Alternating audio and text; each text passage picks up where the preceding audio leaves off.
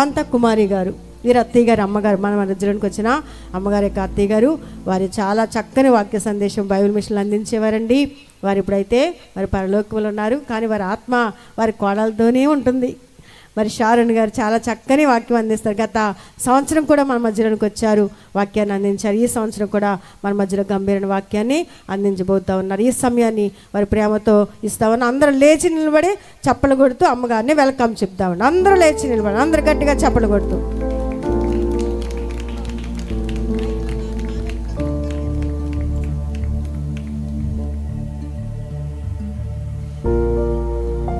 మరణాత, అందరం గట్టిగా మరణాత మరణాత. అందరికీ మరణాత మరణాత. కూర్చుందామండి.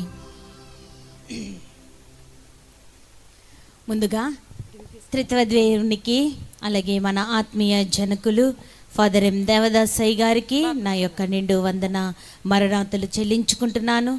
మరి ఇటు అవకాశమును మరి స్త్రీల సభల్లో వాక్యము చెప్పడానికి మరి నాకు ఇటు అవకాశం ఇచ్చిన మరి స్థానిక సంఘ గురువులు మరి అమ్మగారు జ్యోతి అమ్మగారికి నా యొక్క నిండు వందన మరణాత తెలియజేస్తున్నాను. మరి తల్లిగారిని చూస్తే ఒక చక్కటి ఒక విషయం మర్చిపోయిన అమ్మగారు, బైబిల్ మిషన్లో గవర్నింగ్ బాడీ అమ్మగారు మరి మొన్నటి దినమే మరి వీరి యొక్క యజమానులు అయ్యగారు మరి మిలంగ్టన్ అయ్యగారు దాయం మరి సామ్యుయల్ మిలంగ్టన్ అయ్యగారు గవర్నింగ్ బాడీ మెంబర్ అయ్యారండి. ఎందుకంటే విభజించి పాలించిడి అని రీతిగా బైబిల్ మిషన్లో జోన్లు ఉన్నాయండి. ఏలూరు జోను, అలాగే తాడిమల జోను, అలాగే మరొక జోన్లు ఉన్నాయండి. మరి ఇప్పుడు మనకి అయ్యగారు మరి ఏలూరు జోన్కి మరి గవర్నమెంట్ బాడీ మెంబర్ అయ్యారండి అయ్యగారు. మరి వీరు ఇప్పుడు గవర్నమెంట్ బాడీ అమ్మగారు. అందరు గట్టిగా చెప్పలు కొట్టండి. చాలా సంతోషం. మరి అమ్మగారిని చూస్తే, మరి జ్యోతి అమ్మగారిని చూస్తే నాకు ఒక గొప్ప ఏమంటారంటే గొప్ప ఫీలింగ్ వస్తుంది. ఏంటి అని అంటే ఒక తల్లి దగ్గరికి వచ్చిన ఫీలింగ్ ఉంటుంది నాకు. దేవునికే మహిమ కలుగును గాక. ఎందుకంటే అమ్మగారు నాకన్నా మీకే బాగా తెలుసు. చిన్నవారని లేదు, పెద్దవారని లేదు, వృద్ధులు అని లేదు, ఏ భేదము లేదు, ఏ మతము కాదు. ఎవరినైనా ఎక్కడున్నా ఎక్కడికి వెళ్ళినా తల్లిగా ఉన్నారు. దేవునికే మహిమ కలుగును గాక. నిజంగా మరి యాజకుని యొక్క కుటుంబము మాదిరి కుటుంబంగా ఉంటే సంఘాలు కూడా ఎలా ఉంటాయి అని అంటే, ఆ దైవజనుని యొక్క కుటుంబాన్ని నేర్చుకుంటే మన కుటుంబం కూడా అటు మాదిరిలో ఉంటుంది. దానికి నిదర్శనమే జ్యోతి అమ్మగారు.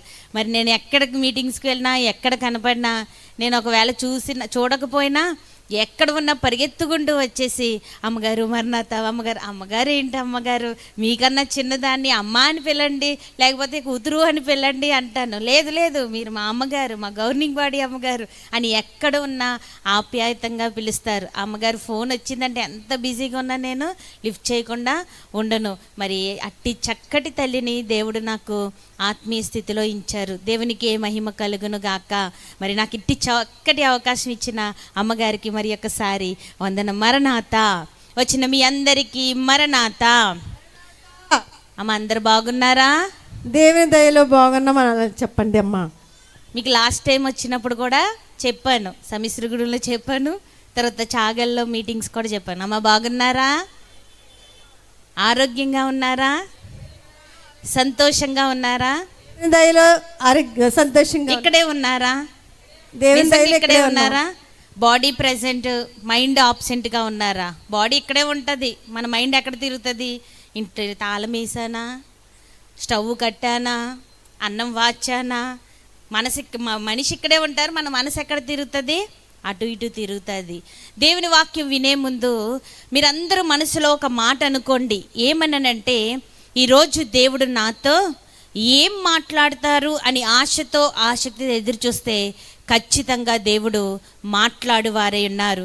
అటు భాగ్యము దేవుడు ఈ వాక్యము ద్వారా మనందరికి అనుగ్రహించును గాక. ఆమేన్. సరే అండి, వాక్యంలోనికి వెళ్ళిపోయే ముందు చేతులు తీసుకొచ్చారా? చక్కని చిన్ని పాట పాడుకొని వాక్యంలోకి వెళ్ళిపోదాం. నేను ఎక్కడికి వెళ్ళినా పాట పాడతాను. పాటలు అంటే నాకు చాలా ఇష్టం. మరి సింగర్ కాకపోయినా ఫీల్ అయిపోతాను, నేను ఒక సింగర్ని అని ఫీల్ అయిపోతాను. మరి చక్కని పాట పాడుకొని వాక్యంలోనికి వెళ్ళిపోదాం. ఎంత మంచి దేవుడవయ్యా, నువ్వెంత మంచి దేవుడవేసైనా. ప్రతి ఒక్కరు చప్పట్లు కొడుతూ మరి దేవుని నామాన్ని స్తుతిస్తూ పాటలో ఏకీభవించండి. ఎంత మంచి దేవుడవేసయ్యా, నువ్వెంత మంచి దేవుడవేసయ్యా, చింతలన్నీ తీరేనయ్యా నిన్ను చేరగా. ఎంత మంచి దేవుడవేసయ్యా, మా చింతలన్నీ తీరేనయ్యా నిన్ను చేరగా.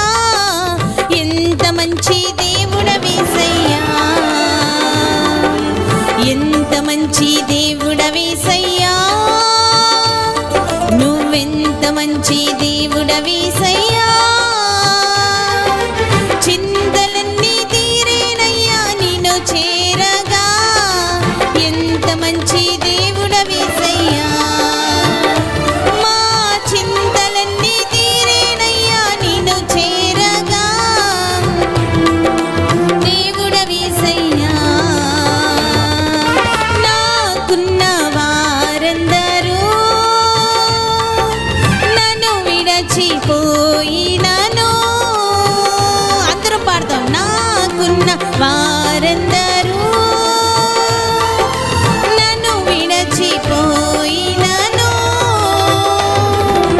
ఎన్నెన్నో ఇబ్బందులకు గురి చేసినను, నన్ను నీవు విడువలేదయ్యా.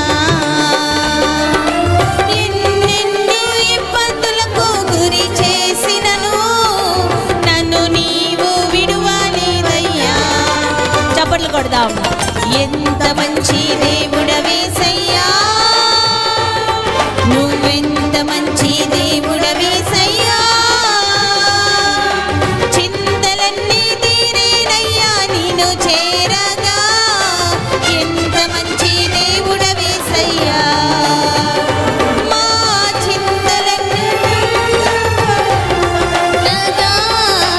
ఎంత మంచి దేవుడవేసయ్యా, మా చింతలన్నీ తీరేనయ్యా నిన్ను చేరగా. ఎంత మంచి దేవుడవేసయ్యా, మా చింతలన్నీ తీరేనయ్యా నిన్ను చేరగా. ఎంత మంచి దేవుడవేసయ్యా. బలో యేసు మహారాజుకి, జై. బలో యేసు మహారాజుకి. జై. దేవునికే మహిమ కలుగును గాక. ఆమేన్. నా చింతలన్నీ పోయినన్న వారు గట్టిగా చప్పట్లు కొడుతూ దేవుని నామాన్ని స్తుతిద్దాం. పోయినాయి అంటారా? పోయాయి కదా. దేవునికే మహిమ కలుగును గాక. ఆమేన్. ప్రార్థన చేసుకొని వాక్యంలోనికి వెళ్ళిపోదాం.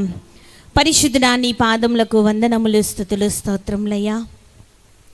ఎక్కడ నా నామమున ఇద్దరు ముగ్గురు కూడి ఉన్నారో వారి మధ్యన నేను ఉంటానని సెలవిచ్చినట్లుగా దేవా, మా మధ్యకు మీరును పరలోక పరిశుద్ధులను మా ఆత్మీయ జనకులు వచ్చి ప్రవ్వా మా సభను, 3వ నాడు సభను ప్రవ్వా మహిమకరముగా, ఆశీర్వాదకరముగా, సంతోషకరముగా, దీవెనకరముగా జరిగించుచున్న తండ్రి, నీకు స్తోత్రములు, నీకు వందనములు ప్రవ్వా.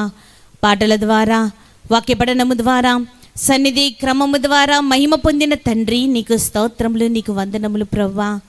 ఇప్పుడు ముఖ్యమైన ఘటన ప్రవ్వా, నీ వాక్యమును మేము ధ్యానించుకొనిచుండగా, నేర్చుకొనిచుండగా, వివరించుకొనిచుండగా, బోధించుకొనిచుండగా బోధకుడుగా మా మధ్యకు వచ్చి అయ్యా ఇదిగో ఈ భయంకరమైన పరిస్థితుల్లో రాకడ దినాలలో ఉన్న మేము తండ్రి నీ వైపు ఎలా త్రిప్పాలో అయ్యా, నీ రాకడ మేఘం ఎలా ఎక్కాలో తండ్రి స్త్రీలుగా మేమందరము ప్రవ్వా మా కుటుంబాలను సిద్ధపరచుకోవడానికి ఈ స్థలమునకు తీసుకొచ్చిన తండ్రి, నీకు స్తోత్రములు, నీకు వందనములు ప్రవ్వా. పరలోకమును భూలోకమును ఏకము చేసిన తండ్రి, నీకు స్తోత్రములు, నీకు వందనములు ప్రవ్వా. ఇప్పుడు నీ వాక్యమును మేము నేర్చుకొని చుండగా మరియా ఉత్తమమైనది ఎంచుకొనెను, అది ఆమె యొద్ద నుండి తొలగిపోలేదు, తీయబడలేదు అని సెలవిచ్చావు కదా. ఉత్తమమైన వాక్యమును ఇప్పుడు మేము ఎంచుకొని ఉన్నాము గనుక, ఎందుకంటే ఇదే మా బాధల్లో నెమ్మది, మా త్రోవకు వెలుగ్గా ఉంటాదని సెలవిచ్చిన తండ్రి, యవనులు దేని చేత తమ నడతను శుద్ధిపరుచుకుంటారు అనంటే అది నీ వాక్యమే కదా బ్రవ్వా. అటువంటి వాక్యమును ఇప్పుడు నేర్చుకొని చుండగా నిలబడేది మీరే కానీ మాట్లాడేది నేను అని సెలవిచ్చిన తండ్రి, నిలబడినా నీ దాసురాల్ని మరుగు చేసుకొని నా సొంత తెలివిని, నా సొంత ఆత్మను కొట్టివేసి మీ యొక్క పరిశుద్ధాత్మతో, జనకుని యొక్క ఆత్మతో నన్ను నింపి ప్రవ్వా, నీ బిడ్డలైన వారికి ఎలా చెబితే అర్థమవుతుందో అటు రీతిగా ప్రవ్వా నా ఆత్మను సిద్ధపరిచి నడిపించమని ప్రార్థన చేస్తున్నాను. వినగలిగే చెవులు, గ్రహించగలిగే మనసు, కుదురుబాటు లేని వారందరికీ అనుగ్రహించమని నా యొద్ద నేర్చుకుని అని సెలవిచ్చిన యేసు నామమున అడిగి వేడుకొంచున్నాం పరమ తండ్రి, ఆమేన్. తండ్రి, కుమార, పరిశుద్ధాత్మ త్రియేక దేవుడే మీకు సమాధానం కలుగ చేయును గాక. ఆమేన్. ఆమేన్. కూర్చుందామండి. చాలా సంతోషం అండి. మరి సమయం చాలా అయిపోయింది. నాకు ఇచ్చిన సమయంలోనే మీకు వడ్డించి పెట్టి నేను బయలుదేరుతాను. మరి స్త్రీల సభల్లోకి వచ్చిన వార్లారా, ఈ యొక్క స్త్రీల సభల యొక్క టైటిల్ ఏమిటి అని అంటే, ఏఐ కాలంలో తల్లుల యొక్క ఉపదేశము. మరి ఇప్పుడు దాకా ఇన్ని రోజులు నేర్చుకుంటానే ఉన్నాం. ఏమని నేర్చుకున్నామండి? ఏఐ ఏఐ ఏఐ నేర్చుకుంటానే ఉన్నాం. ఇప్పుడు ఎవరినన్నా అడిగినా ఏఐ అంటే ఏంటండి అని అంటే ఆర్టిఫిషియల్ ఇంటెలిజెన్స్ అని అంటారు, ప్రతి ఒక్కరు అంటారు. కానీ దానివల్ల వచ్చే మరి ఏంటి భయంకరమైన పరిస్థితి ఏంటి అనేది ఈ రాత్రికాల సమయంన మనం నేర్చుకుందాం. మరి ఈ ఏఐ గనక వస్తే ఆల్రెడీ సగం ఒక 20% ఏమైందంటే మనకు తెలియకుండానే వచ్చేసింది. ఇంకా రానున్న రోజుల్లో ఏమవుతుంది అని అంటే, ఈ ఏఐ అనేది ఏమవుతుంది అని అంటే భూలోకమంతా వ్యాప్తి చెందేంత గొప్ప దృశ్యాలు మనము చూస్తూ ఉండొచ్చు. మరి మనం తల్లులుగా మనం ఏం చెయ్యాలి అని అంటే, మన ఇల్లును కట్టుకునే బాధ్యత దేవుడు ఎవరికి ఇచ్చారు అని అంటే స్త్రీకే ఇచ్చారు. గుణవతి అయిన భార్య దొరుకుట అరుదు, అటిది ముత్యము కంటే అమూల్యమైనది. ఇప్పుడు ముత్యము కంటే అమూల్యముగా మనము ఉండాలి అని అంటే మొదట మన ఇల్లుని మనం ఏం చేసుకోవాలి? కట్టుకోవాలి. ఇప్పుడు ఇల్లు కట్టుకోమన్నారు అని ఇటుకలు, సిమెంట్, కంకర అవన్నీ తీసుకొచ్చి కట్టేలా ఏంటండి? కాదండి. మన కుటుంబం మరి భర్త విషయంలో, బిడల విషయంలో ఏం చెయ్యాలి అని అంటే మన యొక్క కుటుంబ పరిస్థితిని మనం కట్టుకునే వారంగా ఉండాలి. మరి ఇలాంటి భయంకరమైన పరిస్థితుల్లో కొన్ని సందర్భాల్లో, సన్నివేశాల్లో చూస్తే మనం తరచుగా మాట్లాడతాం. ఏ సన్నివేశం చూసినా లేకపోతే ఏ న్యూస్ విన్నా ఏమంటాము అని అంటే, అయ్యో రాకడా వచ్చేస్తుంది అంటామా అనమండి? ఏమంటాం మనం? రాకడ వచ్చేస్తుంది, రాకడ దినాలలో ఉన్నాం, కడవరి దినాలలో ఉన్నాం, చివరి దినాలలో ఉన్నాం అని మాట్లాడుకుంటూ ఉంటాం. మరి ఈ చివరి దినాలలో ఉన్న మనము ఇంకా ఏఐ అనేది వచ్చింది అని అంటే ఇంకా దారుణమైన పరిస్థితిలోనికి వెళ్ళిపోతాం. ఈ ఏఐ అండి ఏం చేస్తుంది తెలుసా? ఒక 3 విషయాల్లో మనల్ని చాలా ఇబ్బంది పెడుతుంది, లేకపోతే మనల్ని చాలా శ్రమలు తీసుకొని వస్తుంది. ఏమిటి ఆ 3 విషయాలు అని జ్ఞాపకం చేసుకుంటే, ఈ ఏఐ వల్ల ఏమొస్తుంది అని అంటే మనుషుల మధ్య సంబంధాలు తగ్గిపోతాయి. ఈ ఏఐ వస్తే ఏంటండి ఏమవుతుంది? మనుషుల మధ్య ఏమవుతుందండి? సంబంధాలు అనేది తగ్గిపోతూ ఉంటాయి. మరి రెండవదిగా చూసినట్లయితే ఈ ఏఐ వల్ల మనకి ఏమి వస్తుంది అని అంటే మోసం వస్తుంది. రెండవదిగా చూసినట్లయితే మాయలు వస్తాయి. మూడవదిగా చూసినట్లయితే అబద్ధాలు వస్తాయి. ఈ రెండో విషయంలో 3 విషయాలు వస్తాయి. మోసం వస్తుంది, అబద్ధం వస్తుంది, మాయలు వస్తాయి. ఇంకా మూడవదిగా చూసినట్లయితే ఈ ఏఐ వల్ల ఏమొస్తుంది అని అంటే మనుష్యుల యొక్క సామర్థ్యము తగ్గిపోతుంది. అంటే మనుష్యుల్లో ఉన్న శక్తి ఏమవుతుందండి? తగ్గిపోతుంది. అమ్మ అందరికీ మరణాత వాక్యం అర్థమవుతుందా? ఏఐ ఏంటో తెలుస్తుందా మీకు? ముందుగా ఏఐ గురించి చెప్పి నేను నా వాక్యంలోనికి వెళ్ళిపోతాను.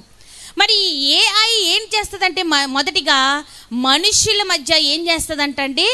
సంబంధాన్ని తగ్గించేస్తుంది. ఏంటమ్మగారు, కంప్యూటర్ కాలంలో ఉన్నాము కదా, కంప్యూటరే చూసుకుంటుంది కదా, మాకు ఒక పని తగ్గుతుంది కదా, మేము ఇంత కష్టపడుతున్నాము, కుటుంబం కోసం, బిడ్డల కోసం ఇంత కష్టపడుతున్నాం కదా, మాకు ఏఐ వచ్చింది అనుకోండి, కంప్యూటరే చేసేసింది అనుకోండి, మొత్తం ఇంకేమనుకుంటాం మనం? హ్యాపీగా బ్రతకచ్చు అని అనుకుంటాం. కానీ ఈ ఏఐ వల్ల మనుషుల్లో సంబంధం తగ్గిపోతుంది.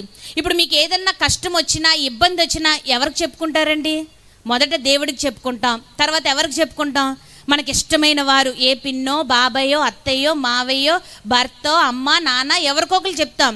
అదే ఈ ఏఐ వచ్చింది అనుకోండి, ఇప్పుడు మన బాధను పంచుకోవాలన్నా అలెక్సా నాకు ఈరోజు బాధ కలిగింది ఏం చెయ్యాలి అని అన్నదనుకో, అదే మాట్లాడేస్తుంది. ఏఐ అంటే ఏంటండి, ఇప్పుడు అదే మాట్లాడేస్తుంది. మన బాధను కూడా అది ఏం చేస్తుందంటే పరిష్కారం చేసేస్తుంది. నీకు బాధ ఏముండదు, నేనున్నాను కదా, నేను ఉంటాను కదా, నువ్వు ఎవరి దగ్గరికి వెళ్ళకు అంటే మనుషుల మధ్యన ఏం చేస్తుంది, ఇది సంబంధాన్ని తగ్గించేస్తుంది. ఒకవేళ మనం మనుషుల దగ్గరికి వెళ్ళామనుకోండి, మనుషులతో మాట్లాడుకొని మనుషులతో చక్కగా మలుచుకున్నామనుకోండి, ప్రేమలు పెరుగుతాయా తగ్గుతాయా? పెరుగుతాయి కదండి. మనిషి అంటారు కదా, మనిషికి మనిషే సాటి సహాయము అని అనుకుంటా ఉంటాము కదండి. మరి చూడండి, ఆనాడు మరి దేవుడు ఆదాముని చేసినప్పుడు ఏమన్నాడు, సాటి అయినా సహాయము కావాలి అని. మరి దేవుడు ఎందుకు ఆలోచించాడు, మనిషికి ఎవరు కావాలి, మనిషి తోడుండాలి అని అవ్వను చేయడం మనం చూస్తున్నాము. మరి ఏఐ వచ్చిందనుకోండి ఏం చేస్తుందంటే ఆ సంబంధాన్ని అంతటిని ఏం చేస్తుందండి, తగ్గించేస్తుంది. ఇంకా మనుషులంటే విలువ లేకుండా అయిపోతుంది, మనుషుల్ని పట్టించుకోము, మనుషులంటే అశ్రద్ధ అయిపోతుంది. ఇక రెండవది చూసినట్లయితే మాయ చేస్తుంది, మోసం చేస్తుంది, అబద్ధం చెప్తుంది. ఎవరండి, ఈ ఏఐ. మరి మీరు వీడియోలో చూసి ఉండొచ్చు, కొన్ని వీడియోలో ఎలా ఉంటుందంటే మనిషే ఉంటుంది, బ్యాక్గ్రౌండ్ వాయిస్ లిప్ మూమెంట్ అన్నీ ఎవరు చేసేస్తారు అనంటే ఏఐ చేసేస్తుంది. మీకు ఇంకా అర్థం అవ్వాలంటే నేను ఒక చిన్న చక్కటి ఉదాహరణ తెలియజేస్తాను. ఇప్పుడు చక్కగా అన్ని చోట్ల మరి ఫంక్షన్లు చేసుకుంటున్నారు, పార్టీలు చేసుకుంటున్నారు, పెళ్ళిళ్ళు చేసుకుంటున్నారు.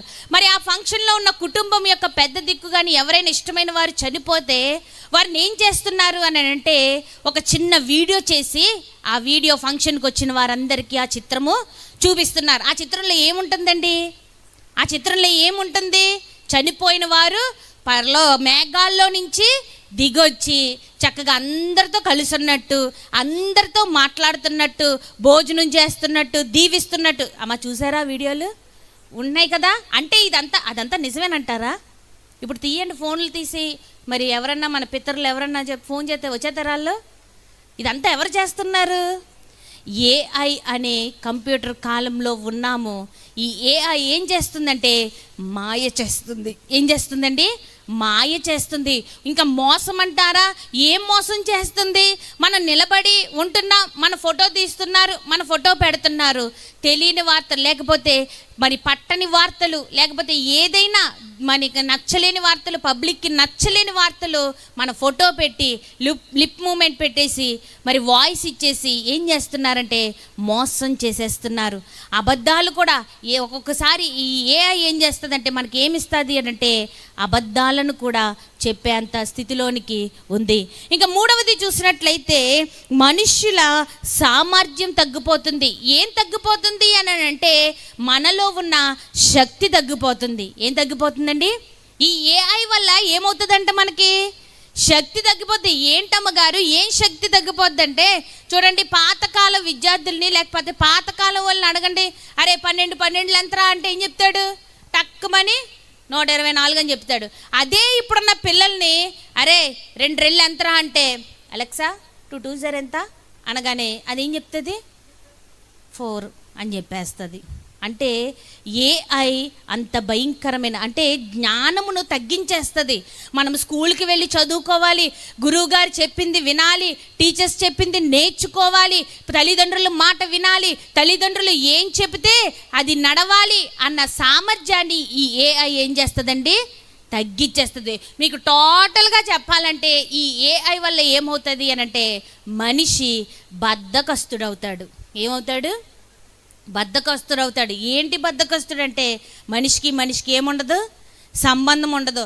ఎటు చూసినా మోసాలే, ఎటు చూసినా మాయలే, ఎటు చూసినా అబద్ధాలే. ఇంకా మూడవదిగా మన శక్తి అంతా పోతుంది. కనీసం నడవడానికి కూడా చాలా ఇబ్బంది పడే పరిస్థితుల్లో ఉన్నాము. మరి వాక్యం వింటున్న వారులారా, స్త్రీల సభలకు వచ్చిన తల్లుల్లారా, దేవుడే మీ కుటుంబాన్ని కట్టునోగాక. ఎందుకు చెప్తున్నాను అనంటే ఈ ఏఐ కాలంలో మరి బిడ్డలను రక్షించడం చాలా కష్టమైన పని. మీరు అంటారు అమ్మగారు ఫోన్ ఉంటేనే అన్నం తింటున్నాడండి, ఫోన్ ఉంటేనే మాట వింటున్నాడండి. ఫోన్ ఉంటేనే ఇంట్లో ఎక్కడ కూర్చోబెడితే అక్కడే మరి మా చిన్నప్పుడు ఏం చేసేవారు? మరి మీ చిన్నప్పుడు ఏం చేసేవారు?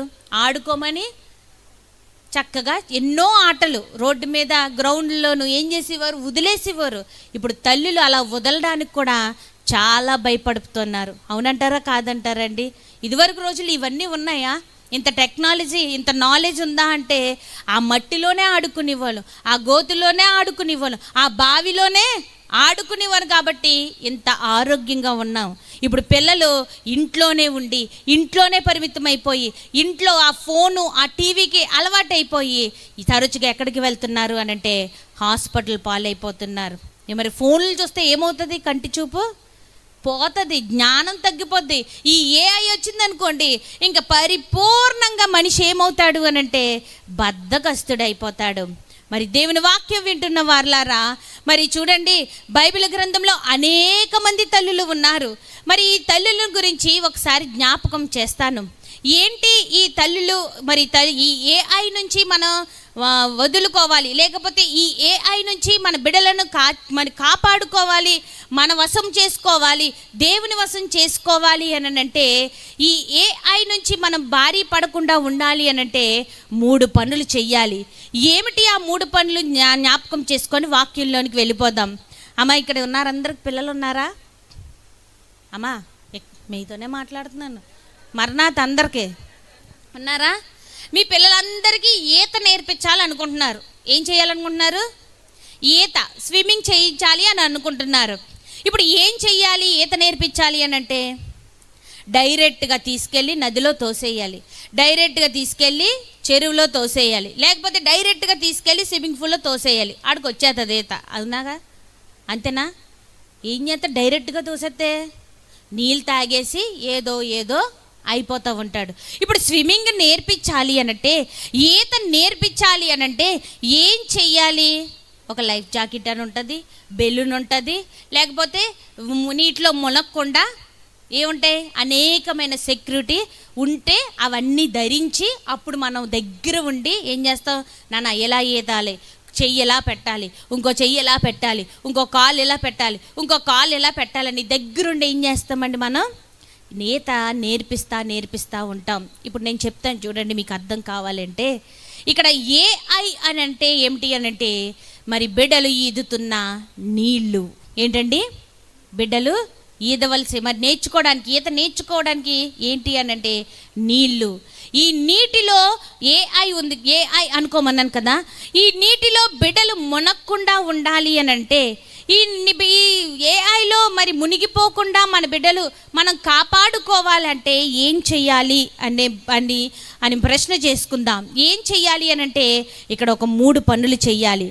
ఏమిటి ఆ 3 పనులు అని అంటే, శరీరాన్ని భద్రం చేసుకోవాలి. మొదట ఏం చెయ్యాలండి? శరీరాన్ని భద్రం చేసుకోవాలి. రెండవదిగా చూసినట్లయితే ఆత్మను భద్రం చేసుకోవాలి. రెండవది ఏం చేయాలండి? ఆత్మను భద్రం చేసుకోవాలి.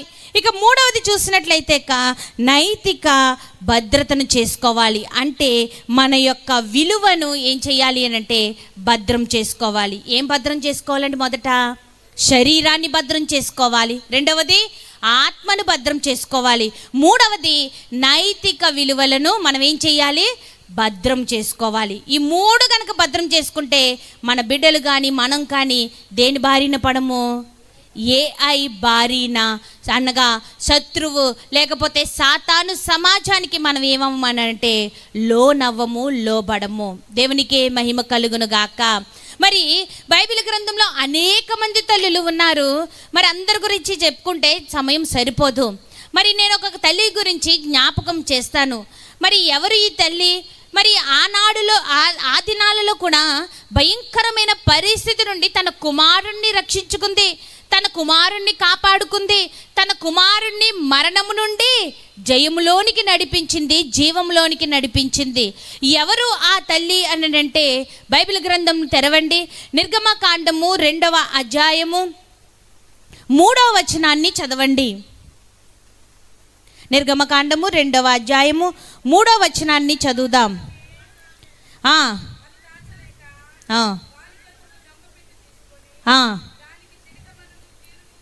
ఆ. ఆ. చాలండి దేవునికి మహిమ కలుగును గాక. ఇక్కడ మనకు ఒక స్త్రీ కనబడుతుంది. ఎవరు ఆ స్త్రీ చెప్పగలరా? ఎవరండి? మోషే గారి యొక్క తల్లి యొకోబేతు. ఎవరండి? యొకోబేతు. మరి ఈ తల్లి యొక్క పేరు జీవగ్రంథంలో వ్రాయబడడానికి గల కారణం ఏమిటి అని అంటే, మోషే ఎలాంటి వాడు అని అంటే గొప్ప నాయకుడు. మరి ఈ నాయకుడి యొక్క తల్లి బైబిల్ గ్రంథంలో లిఖించబడ్డానికి గల కారణం ఏమిటి అని అంటే, మోషేని అంత గొప్పగా పెంచింది. చూడండి, ఆ దినాలలో మరి మోషే అన్న కాలంలో మరి ఫరో అంటున్నాడు కదా, ఏమంటున్నాడు? మగబిడ్డలందరినీ ఏం చెయ్యండి? చంపివేయండి. మగబిడ్డలందరినీ అసలు ఉంచకుండా భూమి మీద లేకుండా నైలు నదిలో పడేయండి అని ఆజ్ఞ ఇచ్చాడు. మరి ఈ యొక్క తల్లి లేవియ గోత్రికురాలుగా మనకు కనబడుతుంది. మరి ఇశ్రాయేలీలుగా ఆ దినాల్లో భయంకరమైన పరిస్థితి. మరి తినడానికి మరి తిండి లేకపోయినా బానిసత్వంలో పెరుగుతున్న వీరికి భయంకరమైన పరిస్థితి. అలాంటి పరిస్థితుల్లో గర్భవతులందరికీ చాలా క్లిష్టమైన ప్రశ్న ఎదుర్కొంది. ఆడపిల్ల పుడతాదా, మగబిడ్డ పుడతాదా? ఇప్పుడు మనకైతే ఆడపిల్లల కన్నా ఎక్కువ ఎవరి కోసం ఎదురు చూస్తామంటే మగపిల్లల కోసమే. ఎందుకంటే వంశం వృద్ధి గురించి ఎక్కువగా మనం ఎవరి గురించి ఆలోచిస్తామంటే మగపిల్లల గురించే ఎదురు చూస్తూ ఉంటాం. మరి ఆ దినాలలో ఈ యొకోబేతుకి గొప్ప ప్రశ్న ఎదురైంది. నాకు ఆడపిల్ల పుడితే సేఫ్ అయిపోతాను, మగపిల్లాడు కనుక పుడితే ఏం చెయ్యాలి? నా కొడుకుని ఆ పురుట్లోనే నేను చంపేసుకోవాలి అన్న భయంకరమైన పరిస్థితిలో యొకోబేతు ఉంది. మరి డెలివరీ సమయానికి చక్కగా డెలివరీ అయ్యింది. మోషే బయటకు వచ్చాడు. ఇప్పుడు ఆ తల్లి ఏం చెయ్యాలి? ఫరో యొక్క ఆజ్ఞ ప్రకారము తన కుమారుడైన మోషేని ఏం చెయ్యాలి? నైలు నదిలో పడేయాలి. కానీ ఆ తల్లి చేసిన పని ఏంటి తెలుసా అండి? దాచిపెట్టింది. ఎవరిని? మోషే గారిని ఏం చేసింది అని అంటే దాచిపెట్టింది. ఈ దినం యొక్క వాక్యం యొక్క అంశం ఏమిటి అని అంటే దాచిపెట్టిన తల్లి. చెప్పండి, ఏంటండి? దాచిపెట్టిన తల్లి. ఇప్పుడు మనం కూడా ఏం చెయ్యాలి అని అంటే మన బిడ్డల్ని ఏఐలోకి వెళ్లకుండా మనందరం ఏం చెయ్యాలి? దాచిపెట్టాలి. యొకోబేతు తన కుమారుడైన మోషేని ఎలా అయితే దాచిపెట్టిందో మనము కూడా మన బిడ్డల్ని, మన కుటుంబాన్ని ఏం చెయ్యాలండి? దాచిపెట్టాలి. మరి ఫరో యొక్క రాజు ఆజ్ఞకి ఎదురు తిరిగారనుకోండి, ఆ కుటుంబం అంతా ఏమవుతుంది అని అంటే నాశనం అయిపోతుంది. మరి అసలు బ్రతకడానికి కూడా చాలా కష్టం. కానీ ఈ తల్లి తెలివిగా చూడండి ఏం చేసింది అని అంటే దాచిపెట్టింది. ఎందుకంటే తన కుమారుణ్ణి చూడగానే దైవకళ కలిగిన కుమారుడు, భక్తి గల కుమారుడు, ఈ కుమారుడు ద్వారా దేవుడు అనేకమైన అద్భుతాలు చేస్తాడు అని ముందుగానే గ్రహించి ఆ కుమారుణ్ణి ఎంత కష్టం వచ్చినా, ఎంత నష్టం వచ్చినా, ఎంత ఇబ్బంది వచ్చినా ఏం చేసింది అని అంటే దాచిపెట్టింది. అలా దాచిపెట్టడానికి గల కారణం ఏమిటి అని అంటే ఇక్కడ మోషేలో ఒక 3 లక్షణాలు కనబడుతున్నాయి. ఏమిటి ఆ 3 లక్షణాలు? ఆ 3 లక్షణాల గురించి మనం నేర్చుకొని నా వాక్యాన్ని ముగిస్తాను. మరి మోషే యొక్క తల్లి యొకోబేతు మరి ఈ మోషేని దాచడానికి గల కారణం ఏమిటి అని అంటే మొదట ఆమె 3 చోట్ల దాచిపెట్టిందంటండి. ఇప్పుడు దాచిపెట్టాలంటే మనం ఎక్కడ దాచిపెడతాం? ఏ బంగారమైనా ఏ వస్తువైనా బీరువాలో కానీ ఏం చేస్తామండి? ఆయా అరమారులో కానీ ఎక్కడైనా మనకు తెలిసిన వారి ఇంటి దగ్గర కానీ బ్యాంకుల్లో కానీ ఏం చేస్తాం? మనం దాచిపెడతాం. ఎందుకంటే ఆ వస్తువు ఎలాంటిది? చాలా విలువైనది, ప్రాముఖ్యమైనది అని ఆయా చోట్ల ఎవ్వరి కంటికి కనపడకుండా దాచిపెడతాం. మరి ఈ మోషే యొక్క తల్లి మోషేని ఒక 3 చోట్ల దాచిపెట్టిందంట. ఏమిటి ఆ 3 ప్రదేశాలు? ఏంటి ఆ 3 చోట్ల అనేది ఈరోజు నేర్చుకుందాం. ఎక్కడెక్కడ దాచిపెట్టిందంటే మొదట ఇంటిలో దాచిపెట్టిందంట. మోషే తల్లి ఎక్కడ దాచిపెట్టిందండి? ఇంటిలో దాచిపెట్టింది. రెండవదిగా చూసినట్లయితే పెట్టెలో దాచిపెట్టింది. ఎక్కడ దాచిపెట్టింది? పెట్టెలో దాచిపెట్టింది. మూడవదిగా చూసినట్లయితే భక్తిలో దాచిపెట్టింది. ఎక్కడ దాచిపెట్టింది?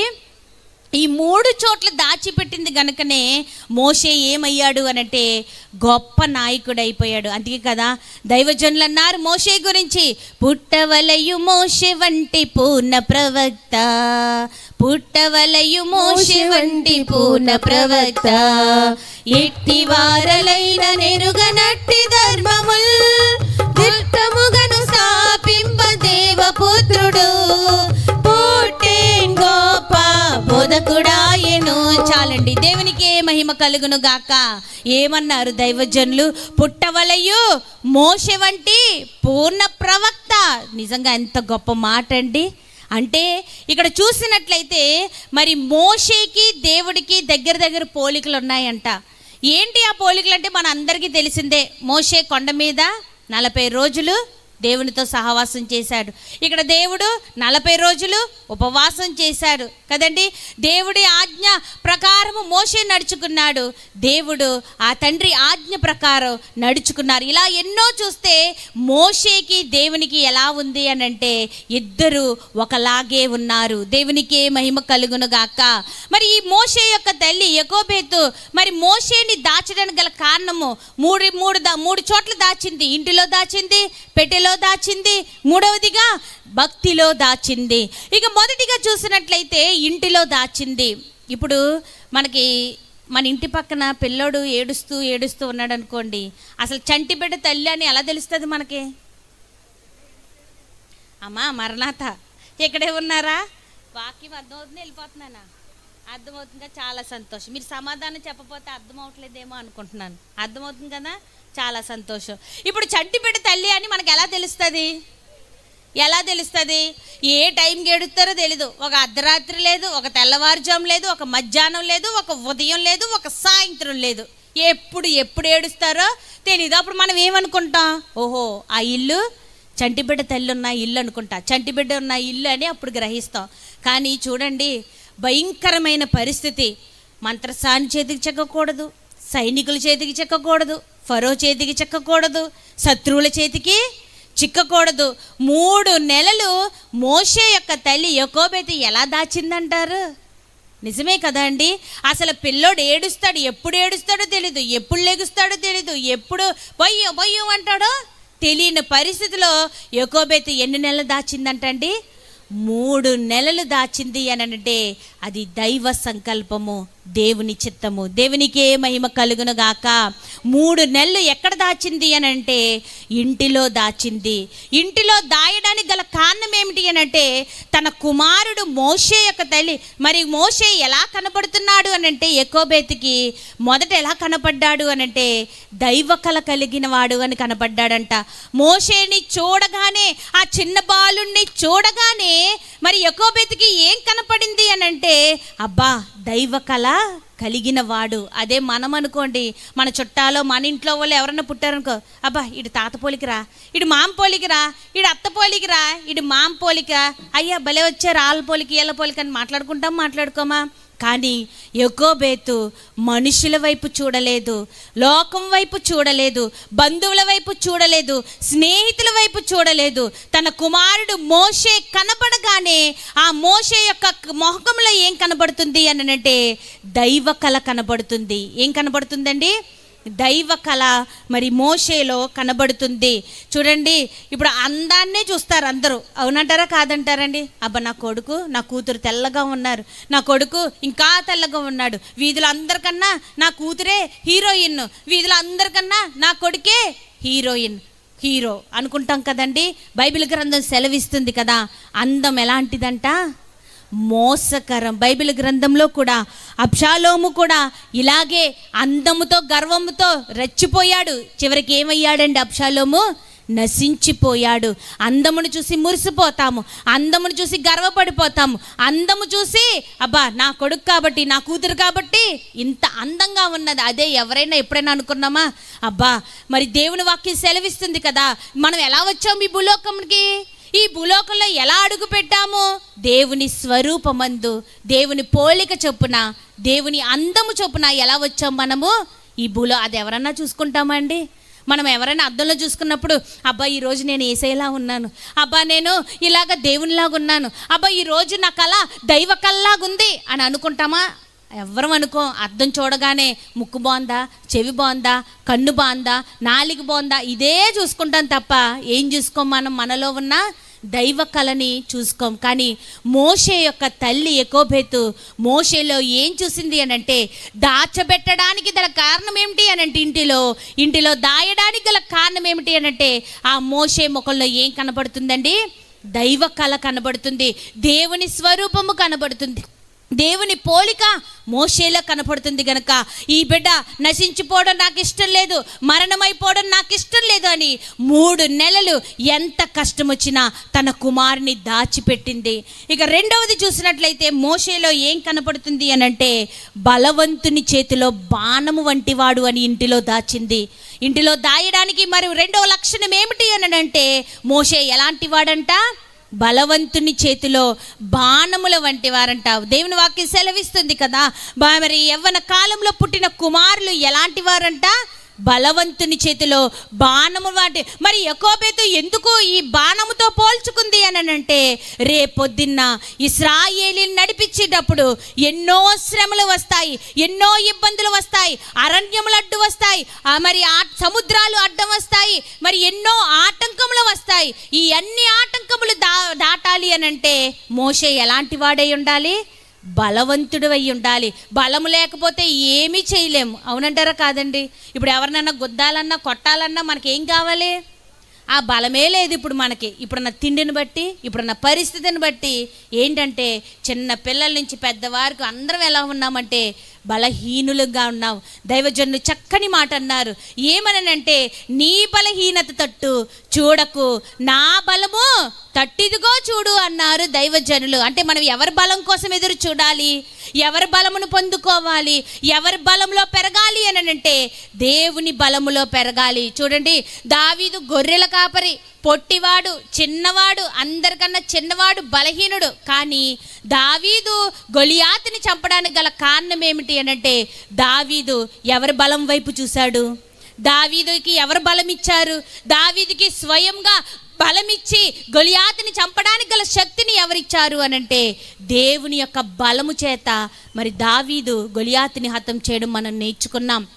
ఈ మోషే కూడా తన తల్లి ఆలోచిస్తుందంట, దైవ కళ కలిగిన వాడు, బలమైన పనులు దేవుడు చేయిస్తాడు, బలమైన కార్యములు దేవుడు చేయిస్తాడు అని, బలవంతుడు అని ఇంటిలో దాచిందంట.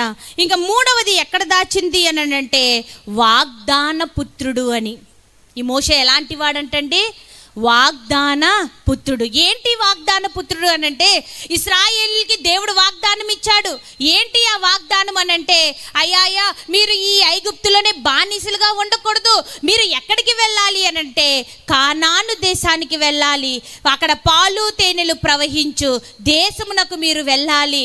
కట్టని ఇల్లు లేవు, నాటని తోటలు లేవు, తవ్వని బావులు ఉండవు, అలాంటి ప్రదేశానికి మిమ్మల్ని నడిపిస్తానని దేవుడు ఇశ్రాయేలీలకి వాగ్దానం ఇచ్చాడు. ఇప్పుడు ఈ వాగ్దానం దేవుడు ఎవరి ద్వారా నెరవేరుస్తాడని? మోషే ద్వారా నెరవేరుస్తారని. అంటే మోషేలో తన తల్లి ఏం చూసింది అని అంటే, వాగ్దాన పుత్రుడు అని చూసింది. ఏం చూసిందండి? వాగ్దాన పుత్రుడు. ఇప్పుడు మన బిడ్డలు ఎలాంటి వారు? అమ్మ మరణాత, మన బిడ్డలు ఎలాంటి వారు?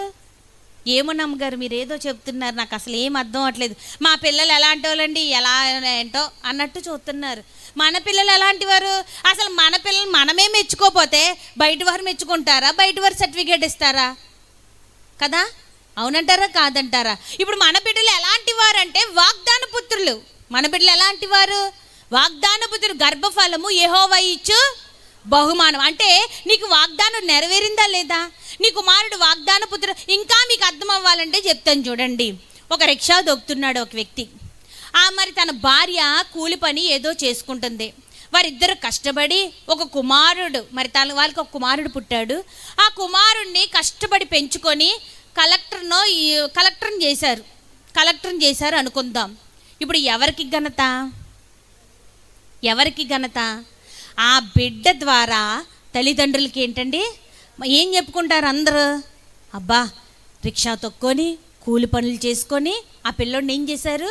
చదివించడమే కాదు, ఇప్పుడు ఏమయ్యాడు, కలెక్టర్ అయిపోయాడు అని చెప్పుకుంటామా చెప్పుకోరండి? అంటే ఈ బిడ్డ ద్వారా తల్లిదండ్రులకి ఏమొచ్చింది, ఘనత వచ్చింది. అంటే నీ బిడ్డ ద్వారా, నీ కుమారుడి ద్వారా, నీ కుమార్తె ద్వారా రేపొద్దున్న నీకు ఏదో ఒక ఘనత వస్తుందా రాదా అండి? వస్తుంది ఖచ్చితంగా వస్తుంది. దేవునికే మహిమ కలుగును గాక కదండి.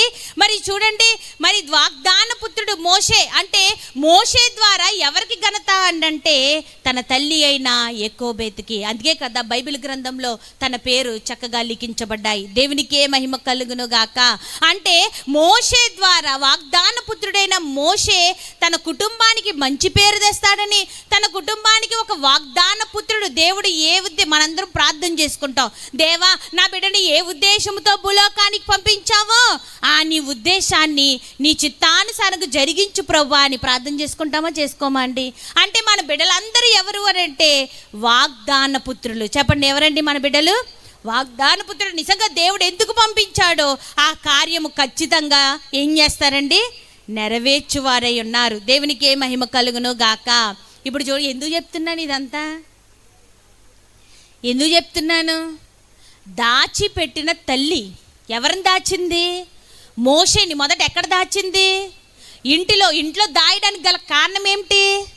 ఆమె ఎలాంటి దైవ స్వరూపం కలిగిన వాడు. రెండవది వాగ్దాన పుత్రుడు, క్షమించండి, రెండవది బలవంతుని చేతిలో బాణం వంటి వాడు, మూడవది వాగ్దాన పుత్రుడని దాచిపెట్టింది.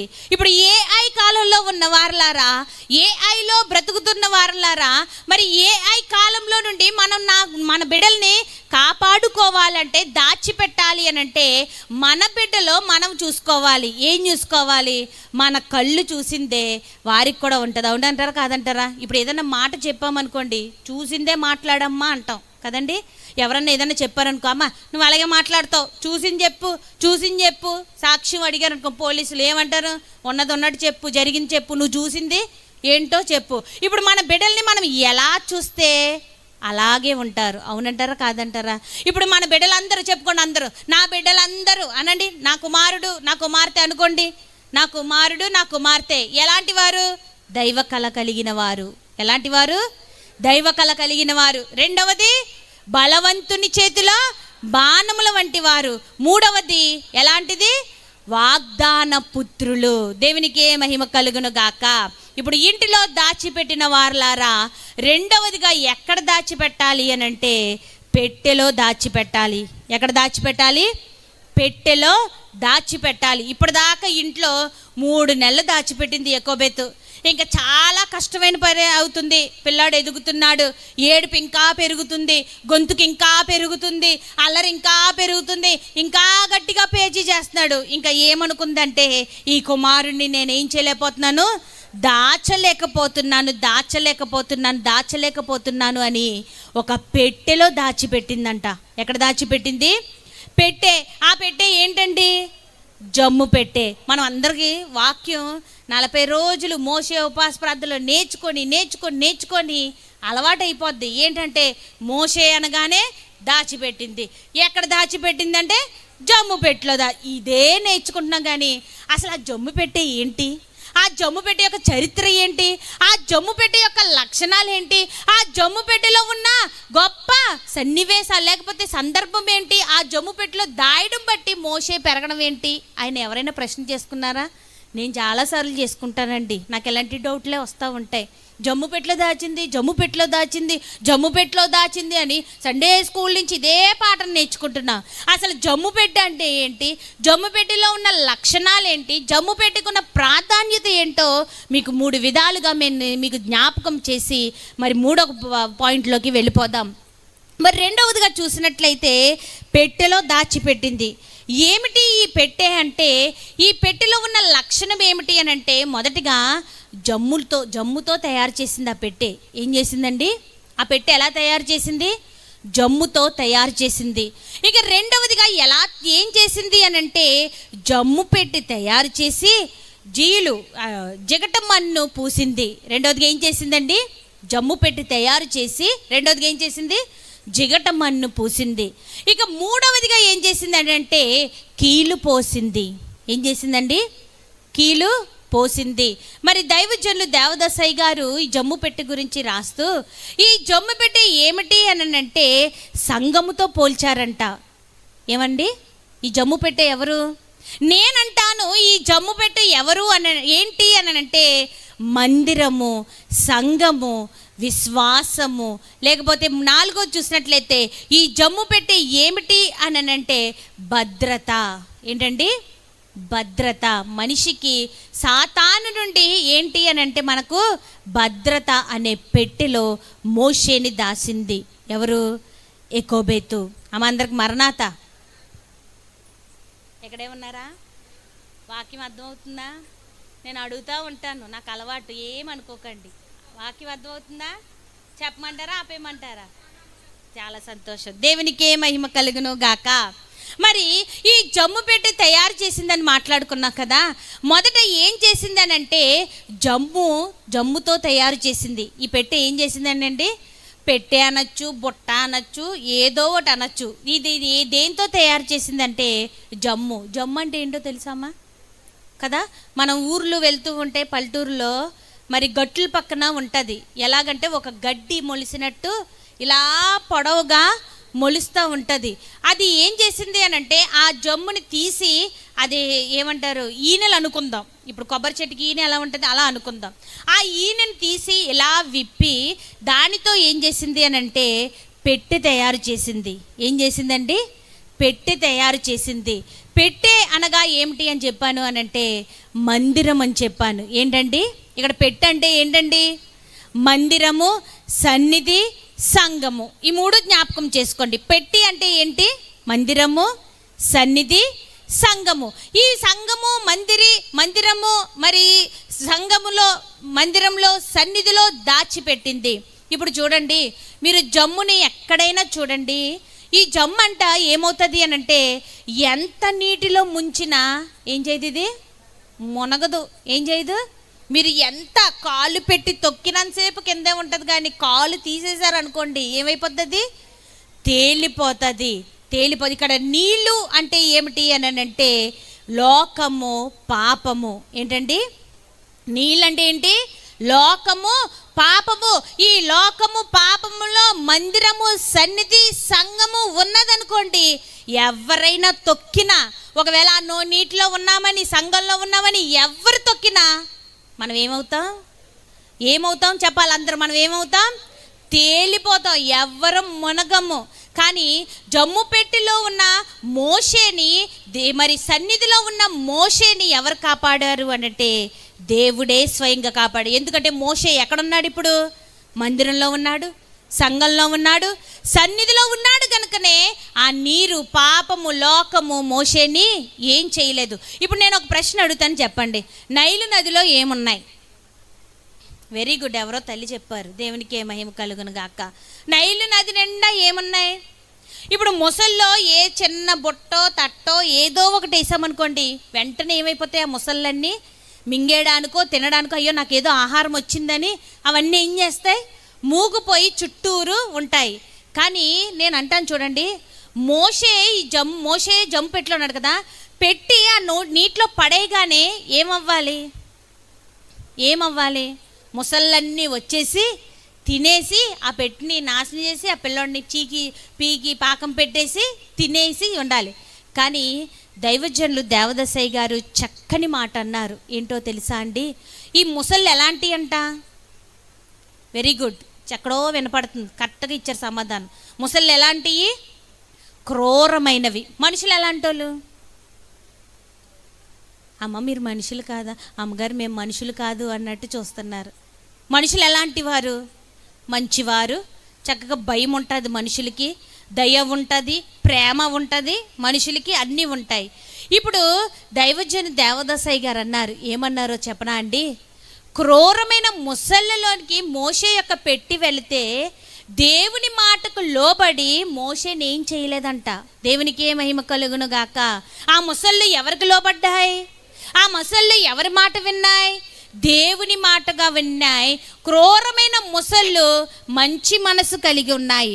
మరి మంచి మనసుతో ఉన్న మనుషులు ఏమైపోతున్నారు అని అంటే, ఈ భూలోకంలో ఫరోతో జ్ఞాపకం చేసుకుంటే, ఫరోతో పోల్చుకుంటే ఏంటి అని అంటే, క్రూరమైన మరి మంచిగా ఉన్న మనుషులు ఏమవుతున్నారంటే క్రూరమైపోయి మనుషుల్ని చంపేస్తున్నారంట.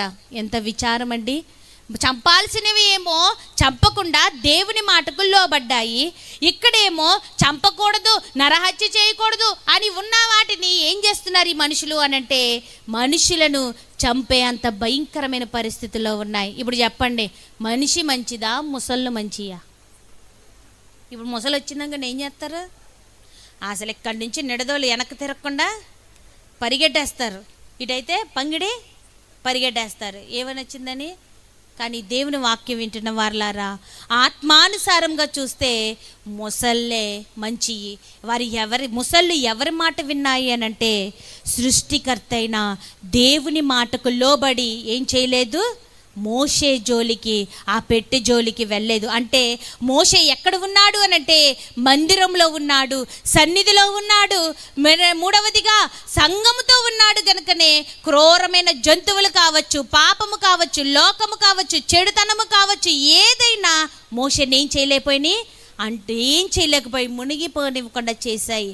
ఎందుకు అనంటే మోషే ఎక్కడున్నాడు, మందిరంలో ఉన్నారు. వాక్యం వింటున్న వారలారా, మీ బిడ్డలు లోకమునకు అంటకుండా ఉండాలి అనంటే, దైవజనులు అన్నారు కదా, లోకముతో ఈ సంఘము కూడా, లోకముతో ఈ సంఘము కూడా ఏకమాయను, ఏమి చేతును ఏకమాయను, ఏమి చేతు. చాలండి, దేవునికి ఏ మహిమ కలుగును గాక. ఇప్పుడు లోకమునకు వెళ్ళకుండా, పాపములో పడిపోకుండా, శత్రు చేతికి చిక్కకుండా, లేకపోతే మరి పాపుల చేతికి మన బిడ్డలు చిక్కకుండా ఉండాలి అని అంటే, మనం ఎక్కడ దాచిపెట్టాలి బిడ్డల్ని? మందిరంలో దాచిపెట్టాలి, సన్నిధిలో దాచిపెట్టాలి. సంఘం అనే పెట్టెలో మన బిడ్డల్ని ఏం చెయ్యాలి, దాచిపెడితే ఏఐ కదా, బిఐ కానీ సిఐ కానీ ఎవ్వరు ఏమీ చెయ్యలేరు, ఎవ్వరు మన బిడ్డల జోలికి రాలేరు. ఇక రెండవదిగా చూసినట్లయితే పెట్టెలో జమ్ము పెట్టెలో దాచింది. ఇక రెండవదిగా ఈ జమ్ము పెట్టెకి ఏం చేసింది అని అంటే, జిగటమన్ను పూసింది. ఏం చేసింది? జిగటమన్ను. జిగటమన్ను అంటే ఏంటండి? జిగటమన్ను అంటే ఏంటి? ఇప్పుడు జిగురు ఉంటుంది, ఆ జిగురు రాసేసామనుకోండి, దాన్ని అలా గాల్లో వదిలేసామనుకోండి, వదిలే కొలది ఏమవుతుంది? అది ఏమవుతుంది? బిగిసిపోతుంది, గట్టి పడుతుంది. మీకు ఇంకా అర్థం అవ్వాలంటే, మనకి తారు రోడ్లు వేస్తూ ఉంటారు, తారు మరి వేడి చేసి రోడ్డు వేస్తూ ఉంటారు. అది ఆరే కొలది రోడ్డు ఏమైపోతూ ఉంటుంది? గట్టి పడిపోతుంది, బిగిసిపోతుంది. అలాగే ఈ జమ్ము పెట్టెకి మొదట ఏం పూసింది అని అంటే, జిగటమన్ను పూసింది. ఎందుకంటే ఆ పెట్టె ఏమవ్వాలని? గట్టి పడాలని. ఏమవ్వాలని? గట్టి పడాలని. ఇప్పుడు జిగటమన్ను అంటే ఏమిటి అని అంటే, ఇక్కడ చూసినట్లయితే ప్రార్థన. ఏంటండి జిగటమన్ను అంటే ఏంటి? ఇక్కడ ప్రార్థన. ఎవరైతే ప్రార్థనలో బలపడతారో, ఎవరైతే ప్రార్థనలో గట్టి పడతారో, ఎవరైతే తన బిడ్డల కోసం, కుటుంబము కోసం, భర్త కోసం ప్రార్థనలో గట్టిగా నిలబడతారో, మరి ఈ కీలు లేకపోతే ఈ జమ్ము పెట్టి ఎలా అయితే గట్టి పడిందో, నీటిలో వేసినా మునగకుండా గట్టిగా ఉందో, మనము కూడా లోకం చేతికి ఏమవ్వండి, చిక్కకుండా, సాతాను చేతికి చిక్కకుండా, మరి మన జిగటమన్ను అనే ప్రార్థనలో మనం గట్టి పడితే మనకంతయు ఆనందమే, సంతోషమే. దైవజనులు అన్నారు కదా, బహుగా ప్రార్థన చేసి బలమును సంపాదించి మహిలో ఉన్న కీడుని గెలవమన్నారు. ఈ మహిలో ఉన్న కీడు ఏఐ లాంటిది, సాతాను శోధల నుండి, లేక శత్రు సమూహం నుండి, లేకపోతే పాపము నుండి మన మహిలో ఉన్న కీడుని గెలవాలి అని అంటే మనం ఏం చెయ్యాలి అనంటే, బహుగా ప్రార్థన చెయ్యాలి, ప్రార్థన చెయ్యాలి, ప్రార్థన చెయ్యాలి. మోకాళ్ళు నల్లబడితే మన ముఖం ఏమవుతుందండి? తెల్లబడుతుంది. దేవుని వాక్యం వింటున్న వారులారా, తల్లులుగా ఉన్న మనము ఈ ప్రార్థన చేస్తున్నామా? సామెతల గ్రంథంలో, ఎవరు బైబిల్ తీయొద్దు కానీ మనందరికీ తెలిసిందే, సామెత గ్రంథంలో భక్తుడు చక్కగా రాస్తున్నాడు, తల్లులు ప్రార్థన ఎలా చెయ్యాలి అనంటే, వేకువ జామునే లెగిసి నీళ్లు కుమ్మరించినట్లు నీ పసిబిడ్డల ప్రాణము కొరకు ఏం చెయ్యాలి? ప్రార్థనలు చెయ్యాలి. ప్రార్థన ఎలాంటి ప్రార్థన చెయ్యాలి, ఎలా ప్రార్థన చెయ్యాలి? పితరులైన అబ్రహాము చేసిన ప్రార్థన, మోషే గారు చేసిన ప్రార్థన, యెహోషువ గారు చేసిన ప్రార్థన, ఇలా అందరినీ చూస్తే మనం ఎన్నో ప్రార్థనలు చూసిన వారమై ఉన్నాము, జరిగించుకున్న వారమై. ఇప్పుడు మన కుటుంబానికి రక్షణ ఏది అని అంటే ఏంటండి? జిగట అనే ప్రార్థన. మన కుటుంబం అనే పెట్టెకు జిగట అనే ప్రార్థన అనే మరి చక్కటి జిగటను పూసామే అనుకోండి, అసలు ఏదైనా చేయగలుగుతామా? ఏదైనా రాగలదా? దైవజనులు అన్నారు కదా, గేటు వద్ద దేవదూతల ఘాటు ఉన్నది, అది దాటి దయ్యాల గుంపు రాదు. ఎప్పుడు రాదు అని అంటే, నీ పెట్టె అంటే మీ ఇల్లు అనే పెట్టె, జిగట అనే పెట్టె, మరి జమ్ము అనే పెట్టికి నువ్వు జిగట అనే ప్రార్థన ఎప్పుడైతే పూస్తావో శత్రువులు కూడా ఏం చేయలేరు, గెలవలేరు మనల్ని. ఇక మూడవ చూస్తే ఈమె ఏం చేసింది అని అంటే, ఆ పెట్టికి కీలు పోసింది. ఏం చేసిందండి? కీలు పోసింది. ఇక్కడ కీలు దేనికి సూచన గుర్తుగా ఉంది అని అంటే, పరిశుద్ధాత్మకు గుర్తుగా ఉంది. దేనికండి కీలు? దేనికి గుర్తుగా ఉంది? పరిశుద్ధాత్మకు గుర్తుగా ఉంది. ఆనాడు నోవాహు కూడా చక్కని ఓడ తయారు చేశాడు. తయారు చేసి చివరిలో దేవుడు చక్కని మాట అన్నాడు, అయ్యా నోవాహు, నీవు ఓడను పూర్తి చేసావు కదా, ఈ ఓడ చుట్టూరు నువ్వు ఏం పుయ్యాలి అని అంటే కీలు పొయ్యి అని చెప్పారు. కీలు దేనికి అని అంటే, బయట ఉన్న నీళ్లు ఓడలోనికి రాకుండా, బయట ఉన్న నీళ్లు పెట్టెలోనికి రాకుండా ఈ యెకోబేతు ఆ జమ్ము పెట్టెకి ఏం పూసింది అని అంటే కీలు పూసింది. అంటే మనం ఎలా ఉండాలి అని అంటే పరిశుద్ధాత్మతో నింపబడి ఉండాలి. దేవునికే మహిమ కలుగును గాక. ఆనాడు మోషేని కాపాడడానికి పరిశుద్ధాత్మని ఎలా అయితే మరి పూసిందో, మనము కూడా మన బిడ్డలకు ఏం చెయ్యాలండి? పరిశుద్ధాత్మను పుయ్యాలి. మరి పరిశుద్ధాత్మ ఎక్కడ వస్తుందండి? ఎక్కడ సంపాదించుకోవాలండి పరిశుద్ధాత్మ? మరి ఎప్పుడు మనకు తోడుగా ఉంటుందండి అని మనం ఆలోచించి చూసుకుని, మళ్ళీ మనకి బోల్డ్ డౌట్లు, మనుషులం కదా, బోల్డ్ డౌట్లు వస్తాయి. ఈ పరిశుద్ధాత్మ ఎక్కడ వస్తుంది, ఎక్కడ సంపాదించుకోవాలి అని అంటే, మోషే దైవ సన్నిధిలో కూర్చున్నట్టు, మోషే మందిరంలో కూర్చున్నప్పుడు, మోషే సంఘముతో కూర్చున్నప్పుడు ఏమొచ్చింది అని అంటే పరిశుద్ధాత్మ వచ్చింది. ఏమొచ్చిందండి? పరిశుద్ధాత్మ ఆ పెట్టెకు ఎలా ఉంది అని అంటే రక్తపు కంచెను వేసింది. ఆనాడు యోబు చుట్టూ దేవుడు ఎలా అయితే రక్తపు కంచెను వేశారో మరి మనము కూడా ఏం చెయ్యాలి అని అంటే, మన యొక్క కుటుంబానికి, మన యొక్క పెట్టెకి, లేకపోతే మన కుటుంబం యొక్క పెట్టెకి ఏం పుయ్యాలి అని అంటే కీలు అనే పరిశుద్ధాత్మను మరి వేస్తే గనక, మరి ఏదేను వనం చుట్టూ దేవుడు ఏం చేశాడండి? రక్తపు కంచెను వేశారు. యోబుకి ఏం వేశారు? పరిశుద్ధాత్మ కంచెను, రక్తపు కంచెను వేశారు. ఆ కంచె దాటి ఏమన్నా వచ్చిందా? నేను అంటాను, చిన్న పురుగు కూడా రాలేదు, అవకాశం ఇవ్వలేదు. ఎందుకు అనంటే యోబు ఎవరిని ఆశ్రయించాడు అనంటే దేవుణ్ణి ఆశ్రయించాడు. ఇక్కడ మోషే ఎవరిలో ఉన్నాడు అనంటే మందిరంలో ఉన్నాడు, సన్నిధిలో ఉన్నాడు. దైవజనులు అన్నారు, సన్నిధిలో నీవుంటే నీలో ఏముంటుంది?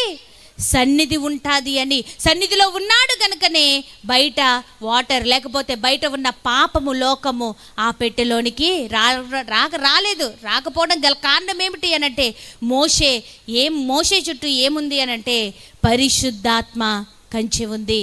వాక్యం వింటున్న వారులారా, ఈ రాత్రికాల సమయమున మన కుటుంబము కూడా రక్షణలో ఉండాలి అనంటే, భద్రతలో ఉండాలి అనంటే, ఈ ఏఐ కాలంలో నుండి మన బిడ్డలను, మన కుటుంబాన్ని రక్షించుకోవాలి అనంటే, మనము కూడా మోషే యొక్క తల్లి యెకోబేతు పెట్టి జమ్మును తయారు చేసి జిగట మన్నును పూసి కీలు పూసినట్టుగా మనము కూడా మన కుటుంబాన్ని జమ్ములాగా తయారు చేసుకొని, లోకము పాపము దరి చేరకుండా జిగటను కీలును పూసుకుంటే ఖచ్చితంగా దేవుడు మనల్ని ఈ లోకం నుండి ఏం చేస్తారండి? వేరుపరుస్తారు. అట్టి భాగ్యము ఈ వాక్యం ద్వారా దేవుడు మనకు అనుగ్రహించునుగాక. 2 అయిపోయినాయి, సమయం కూడా అయిపోయింది. చెప్పేమంటారా? ఆకలేతుందా? ఇంకా స్పీడ్గా చెప్పేస్తాను, ఇంకొక 10 నిమిషాల్లో ముగించేస్తాను. చెప్పమంటారా? ఇంకోటి ఏముంది? ఎక్కడ దాచింది? భక్తిలో దాచి. అది చాలా కష్టమైన పని అమ్మగారు కదా. లోకంలో ఏదైనా సంపాదించుకోవచ్చు, కానీ దేవుని మందిరంలో ఏం సంపాదించలేం మనం? భక్తి చాలా కష్టమైన పని మనకు, అవునంటారు. కానీ మీరందరూ మంచోళ్ళు, బాగా కనబడుతున్నారు, మంచోళ్ళు మీరందరూ. మీ అందరికీ ఏముంది? భక్తి ఉంది కాబట్టే స్త్రీల సభలకు వచ్చారు. దేవునికే మహిమ కలుగును గాక, కదండి. ఈ మోషే యొక్క తల్లి యకోబేతు మరి ఈ మోషేని ఎలా పెంచింది అని అంటే భక్తిలో పెంచింది. ఎక్కడ పెంచిందండి? భక్తిలో పెంచింది. ఏంటి భక్తిలో పెంచింది అని అంటే యకోబేతు మోషేని ఎలా పెంచింది? ఎలా పెంచింది? అబ్బా చెప్పేస్తారు అనుకున్నాను, మా పిల్లలు చెప్పేస్తారు అనుకున్నాను. నేను చెప్పేస్తాను, సమయం లేదు.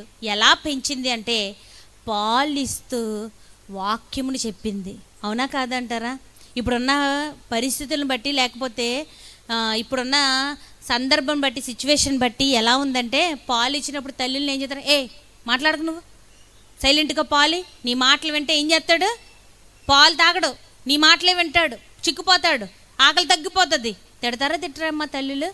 కానీ మోషే యొక్క తల్లి యకోబేతు మోషేని ఎలా పెంచిందండి? పాలిస్తూ వాక్యం చెప్పిందంట. ఏం వాక్యం చెప్పింది? అసలు ఆ చిన్న పిల్లలకి వాక్యం అర్థమవుతుందా? ఇప్పుడు ఇద్దరు పిల్లల్ని ఇక్కడ కూర్చోబెట్టారే, నేను వాక్యం చెప్తాను విను, తర్వాత అయిపోయాక ఏం చెప్పాను అంటే, అమ్మగారు ఏదో చెప్పారండి, మాకు నిద్ర వచ్చేసిందండి, మేము అలా అలా ఆడుకున్నామండి, ఫోన్లు చూసుకున్నామండి, చెప్తారా చెప్పరండి? కానీ చిన్న నెలల్లోనే తన తల్లి యకోబేతు ఏం చేస్తుంది? పాలిస్తూ వాక్యము చెప్తుందంట మోషేకి.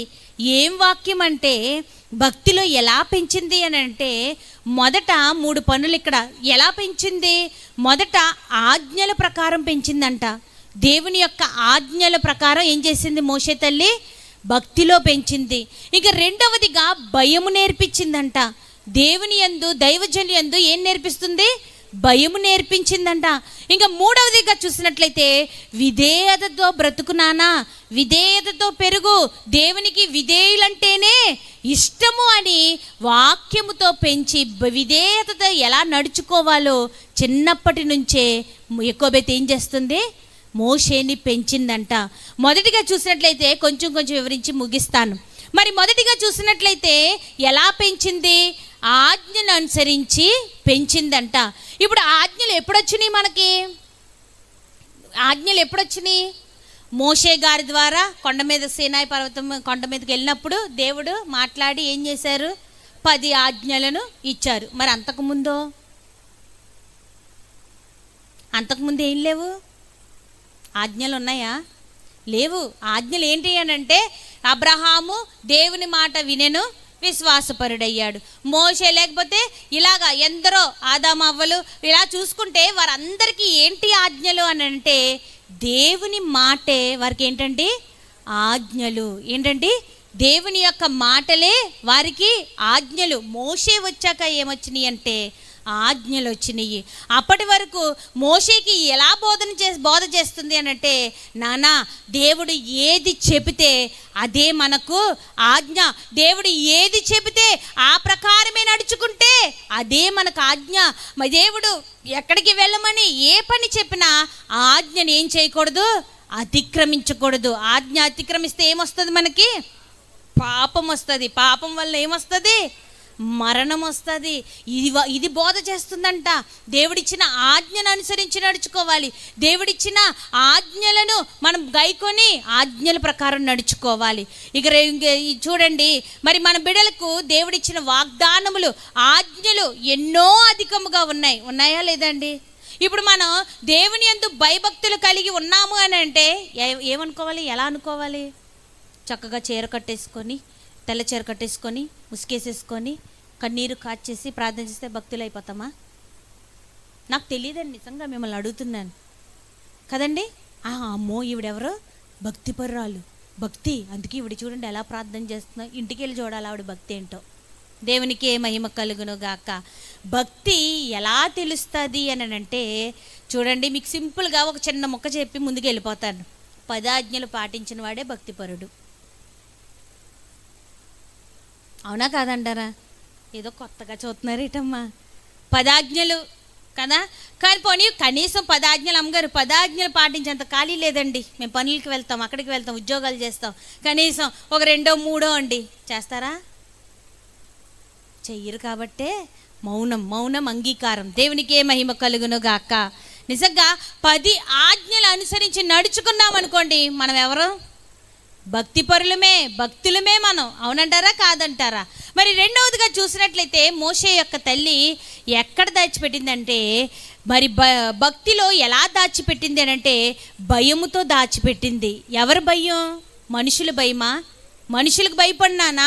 దేవునికి కాదు. నువ్వు మనుషులకు భయపడు, అక్కడికి వెళ్ళకు, ఇక్కడికి వెళ్ళకు, ఫలానా వారు చూస్తారు, అది చేస్తారు, ఇలా అంటారు, అలా అంటారు. కానీ మనం తల్లులుగా మనం అదే చెప్తాం కదా, అమ్మో నువ్వు మందిరానికి వెళ్ళకు, అనేక మంది చూస్తారు, నన్ను బాధ పెడతారు, నన్ను నానా మాటలు అంటారు, నువ్వు అక్కడికి వెళ్ళకు, సండే స్కూల్కి వెళ్ళకు, యూత్ ప్రార్థనలకు వెళ్ళకు, లేకపోతే ఏ ప్రార్థనలకు మరి పరిచర్యలో ముందుండకు, అందరు చులకనగా చూస్తారు, అందరు ఏదో అనుకుంటారు. మనుషులకి భయపడితే అలాంటి మాటలే వస్తాయి. దేవునికి భయపడ్డామనుకోండి ఏమనొస్తాయి? రే దేవుడు చూస్తున్నాడు, వెళ్ళు పరిచర్య చేయి, దేవుడు చూస్తున్నాడు, సండే స్కూల్కి వెళ్ళు, దేవుడు చూస్తున్నాడు, మందిరానికి వెళ్ళు అంటామా అనమండి? అందుకే కదా బైబిల్ గ్రంథంలో యెహోవా యందు భయభక్తులు కలిగి ఉండుట జ్ఞానమునకు మూలము. యెహోవా యందు భయభక్తులు కలిగిన స్త్రీలు ఏమవుతారంట? కొనియాడబడతారు. యెహోవా యందు భయభక్తులు గలవారు ఇలాగున ఆశీర్వదించబడతారు. ఇప్పుడు ఆశీర్వదించబడాలి అని అంటే, కొనియాడబడాలి అని అంటే, తెలివితేటలు రావాలి అని అంటే, జ్ఞానము రావాలి అని అంటే, కుటుంబాన్ని కట్టుకోవాలి అని అంటే, కుటుంబాన్ని చక్కబెట్టుకోవాలి అని అంటే, కుటుంబాన్ని దాచిపెట్టాలి అని అంటే, కుటుంబాన్ని ఏ కాలంలో భద్రపరుచుకోవాలి అని అంటే మనకు ఎవరి భయం ఉండాలి? ఎవరి భయం ఉండాలి? దేవుని భయం ఉన్నదనుకోండి, అసలు మనకి ఎవరు వెనుక తిరగరు. అసలు ఎవరు అనడానికి కూడా మనం సరిపోము. ఎవరు అన్నా ఏమన్నా అన్నారు అనుకోండి, అన్నారు కదా దైవజనులు, నిన్నెవరేమైనా ఏమన్నా అంటే నన్నన్నట్టే భావించుకుని నరులకు తీర్పు విధించనా. దేవునికే మహిమ కలుగును గాక. భయపడకండి, ఎవరికి భయపడకండి. ఎవరికి భయపడాలి అని అంటే దేవునికి భయపడాలి. మీకు భయం ఉందో లేదో పరీక్షించమంటారా? సమయం అయిపోతుంది. పరీక్ష పెట్టినా చిన్ని పరీక్ష పెడతాను. ఎంతమంది ఆదివారాలు మానేసి ఫంక్షన్కి వెళ్ళారు చెప్పండి? వెళ్ళరా? బా మంచి సమాధానం, చాలా మంచి వాళ్ళమ్మ మీరు కదా. కొన్ని చోట్ల చూస్తాను, ఆదివారం ఆరాధనకి అమ్మగారు సిలుగుత్తేయండి, ఫంక్షన్ ఉంది వెళ్ళిపోవాలి, ఆరాధన అయ్యాక అమ్మగారు సిలుగుత్తికి వేయండి, ఎక్కడికి వెళ్ళాలి?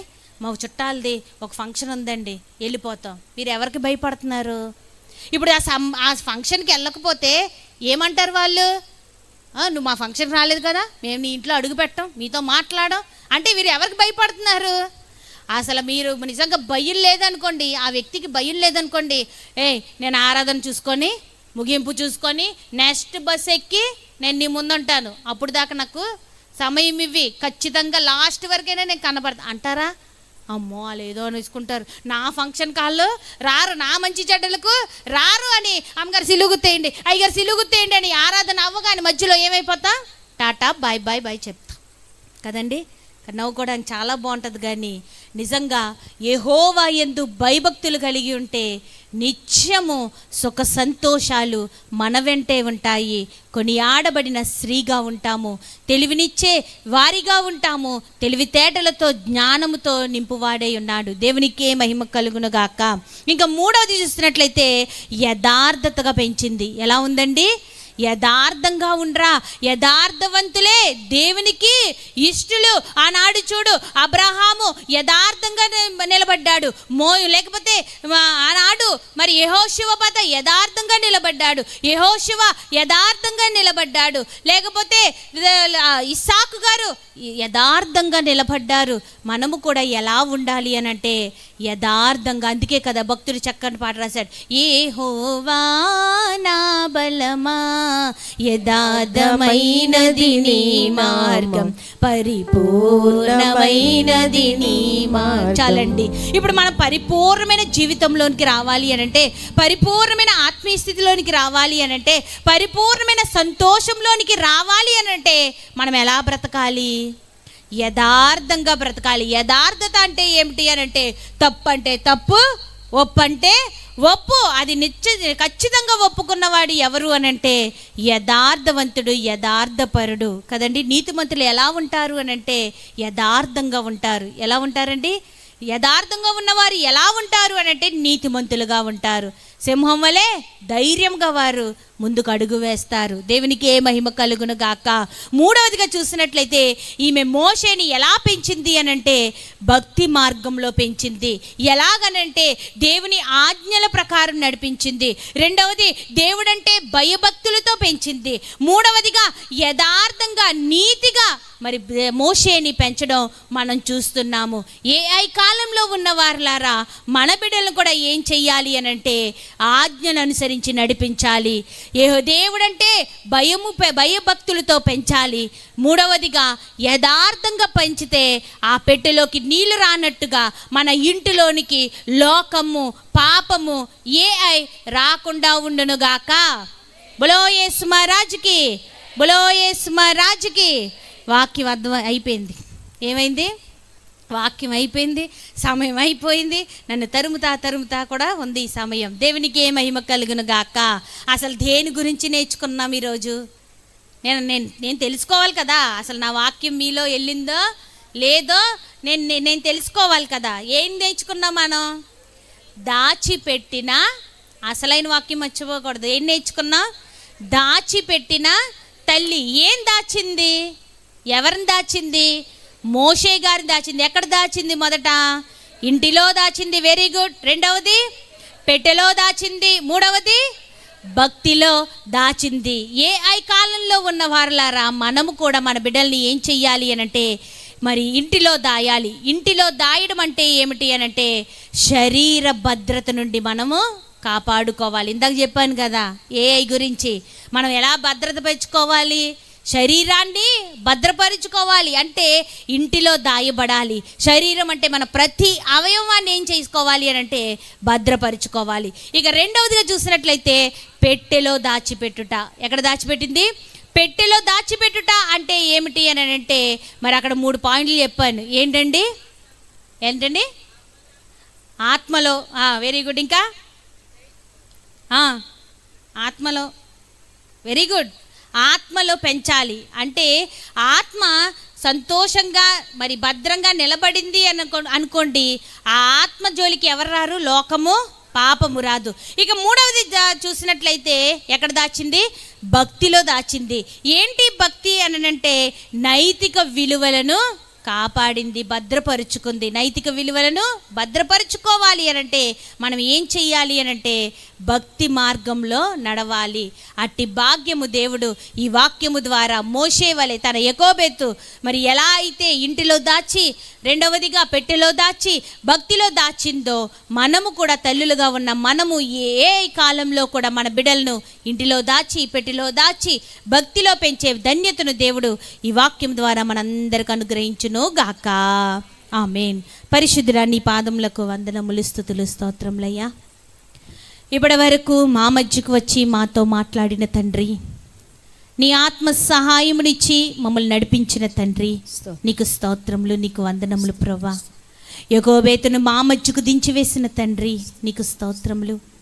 యాకోబు ప్రభువా మోషేని ఎలా అయితే దాచిందో ఇంటిలోను పెట్టెలోను, దేవా ఇదిగో నాయన భక్తిలో ఎలా అయితే దాచిందో ప్రభువా, మేము స్త్రీలుగా ఉన్న మేమందరం ఇక్కడ నేర్చుకున్నాము గనుక మా కుటుంబాలను, మా బిడ్డలను భక్తిలో ప్రభువా, పెట్టెలో ప్రభువా నాయనా ఇదిగో తండ్రి నాయన సన్నిధిలో పెంచే ధన్యతను మా అందరికి అనుగ్రహించమని ప్రార్థన చేస్తున్నాను. నాయన ఇదిగో పెట్టెలోనికి ఎలా అయితే నీళ్లు రాకుండా కీలు పూసి జిగట మన్ను పూసిందో మేము కూడా ప్రార్థనతో మా గృహమును కట్టుకొని, మా బిడ్డలను కట్టుకొని, లోకము మా కుటుంబ దరి చేరకుండా నీ రక్తపు కంచెను వేసుకునే ధన్యతను మా అందరికి అనుగ్రహించమని యేసు నామమున అడిగి వేడుకొంచున్నాం పరమ తండ్రి. ఆమేన్. ఆమేన్. ఆమేన్.